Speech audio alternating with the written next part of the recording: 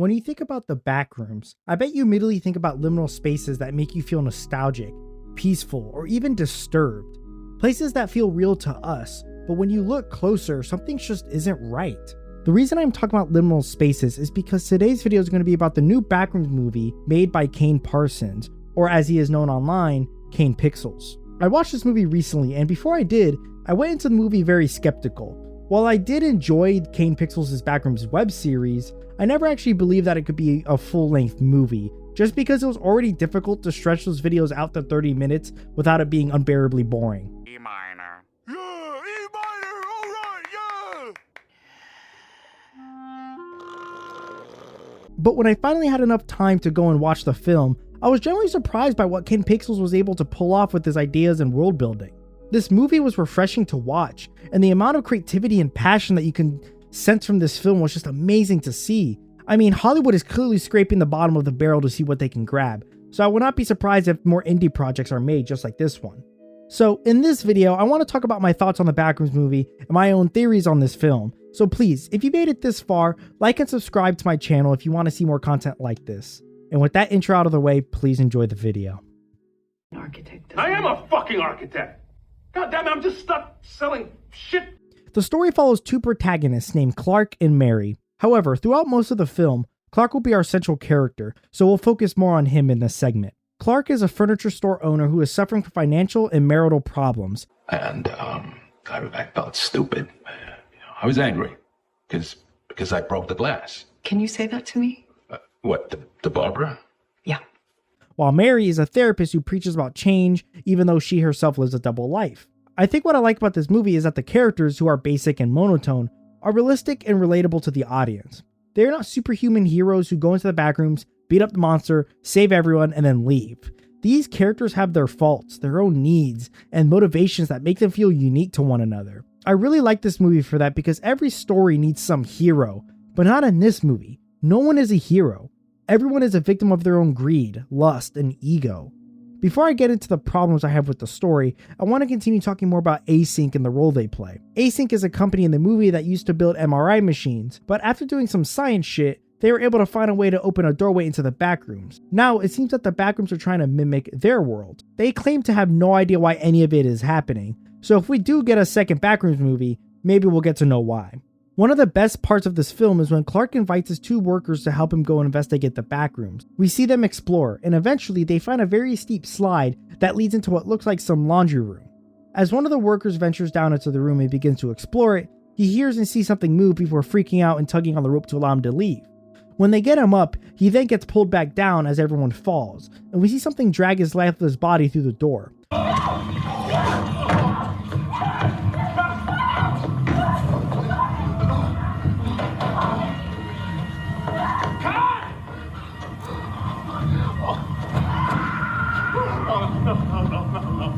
Clark and his worker run away after something begins to chase them, and when Clark enters a room with a Christmas tree, we see something sitting in a chair with a lamp next to it. When he turns it on, some creature runs out and begins to chase him. Clark runs into the bathroom and then meets a dead end. Something picks up the camera, and then we cut back to Mary. These scenes, I think, are the best we get from this movie because we get to see why the Backrooms is so scary. The ability to go from one room to another with no hope of an exit, while something just out of sight is chasing you, is such good horror. Especially that Christmas tree scene. That got me when I first watched it. The movie's horror and suspense are done in a way that just isn't lazy jump scares after jump scares and then an exposition dump. It's done in a way that keeps you in the action with no sense of what's going on. Who is that lady chasing Clark? What monster killed the cameraman? These creatures are floating around in my head as I'm watching this, and I absolutely love it. I love it when a movie or a show can have the audience guessing what's going to happen. I thought Clark was going to die in this scene because he was trapped in a dead end with whatever picked up the camera. I truly thought this was his end. Such a good way to keep the audience wanting more. However, my biggest problem with the story is, well, the pacing and the logic behind some of the decisions in the movie. This section doesn't necessarily knock off any points off its score, but I still want to talk about it. The first 20 minutes of this film are extremely boring. I'm sorry, someone had to say it. I could not stand how slow the beginning of this film was, especially the beginning with the found footage section that takes up about the first 6 minutes of the movie. It's so unbelievably boring. While I'm sure it does something for the overall Kane Pixels lore, I can't help but wonder what the point of this scene was. because it ultimately doesn't add anything to the story besides introducing some monster that we already expected to be in the movie. These 5.5 minutes of mindless wandering could have been used to help further develop the characters that are already decently boring in their own right. Why didn't Clark pack more supplies when venturing into the backrooms with his group? Why just some rope and some water bottles? Why not tape to mark your surroundings, or a knife or a gun? Packing a knife would have been very useful when that monster was trying to pull the guy down. Also, why didn't he pull up the remaining amount of rope? Clearly he was scared of something. Why not just pull up the rope instead of letting it hang there? It's small things like this that do stand out in a movie like this. I don't think this movie is terrible because of it, but there were just some negatives that I found. But you know how I was just talking about some boring characters? Let's go and talk about these characters more.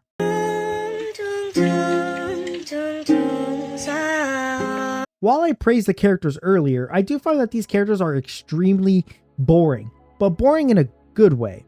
How do I explain this? I feel that since these characters are so realistic in a way they react and talk, they lack any real enthusiasm or oomph. Characters like Star-Lord or Aaron have that emotional acting and story, but these characters are just so dry. But that doesn't mean it's bad writing. Clark's actor did an amazing job at portraying a narcissistic and angry man who eventually goes crazy in the backrooms. His acting is just so good. However, Mary's acting left much to be desired. I'm not saying she's a terrible actor or she's bad or anything, but compared to Clark, I felt that even when she's yelling at Clark, it just feels a little off. But I think this argument I bring up is sort of an oxymoron, because while I find that the characters are extremely boring, I still find them so interesting to watch and learn about. Perhaps Clark is just an individual who is a victim of his circumstances. His wife left him and wasted her future while he's the one working hard. It's not his fault that his business is failing, it's always someone else's. However, we see that through symbolism and Mary and Clark's interaction, that Clark is his own monster. Clark's downfall is because he himself can't grasp that concept of accountability, and that maybe his wife never actually threw her future away. It was Clark who did. One way the movie shows us is when Mary says this to Clark, and the weird looking woman who looks like Clark's wife runs away from the pirate Clark monster and attempts to hide in the shadows. The rage! It was the whining! Nothing's ever your fault, is it? You drink too much? Blame your job. You hate your job? Blame the world. You get kicked out of the house? Blame your wife. You attack me and tie me up? Blame your brain. You are your fucking brain, you dipshit! Clark expresses that he had nothing in his life, and when he went insane in the backrooms, he finally felt that he had something. I think it's symbolic of Pirate Clark eating him because it shows that his anger and greed finally consumed him. And Clark screaming is him finally paying the price of losing himself to narcissism. So while the characters are boring to watch, their psychology is extremely interesting to watch. The backrooms, I think, are supposed to represent our minds. Every time Mary and Clark are shown, they are always in areas that just don't feel real, or in areas that look exact same as one another. And we see that the backrooms attempts to copy that later on. So I think that these characters represent our own greed and flaws, and the backrooms represent society and how everything is eventually going to be copied over and over again. Our creativity, our freedom, everything is just the same. There is no escape, there is no individuality.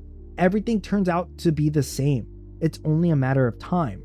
Well, that's one way to look at it anyway. It's clear that this movie has many symbolisms and messages and theories, and I highly recommend that you watch it for yourself. Alright, going back to talking about Mary, she really wasn't my favorite to watch, and I never really got attached to her as much as I did to Clark. I felt that Mary's whole message about finding your true self and becoming better while having a double life herself was interesting, but I never actually got attached to her as a character. She's not really on screen as much as Clark was and never got as much development as Clark did, but that's just from my personal experience. Maybe I missed something, but that's what I gathered when I watched it. And her ending being left ambiguous was 50-50 for me. While I wanted her to survive, the ending we got with her being copied in a version of Asink's office told me otherwise. The Backrooms is trying to mimic their world. If she was left there in that chair, I feel that maybe she didn't make it, especially since this is the Backrooms' last memory of her. It's a shame really, but I guess it's just the reality of the situation that Asink put their own world in. I think to sum everything up, the Backrooms movie is not bad, but I don't think it's a masterpiece either. I understand and listed the reasons why I think this movie is good. It is realistic, has great acting, and has great symbolism. However, this movie never blew me away. I didn't like the monster, and while Pirate Clark was symbolic, I thought that seeing the wire monster would have been better, especially since the first monster we see in Kane Pixels' web series is the wire monster. Plus, I never actually found Pirate Clark to be scary and never took him seriously when he was on screen.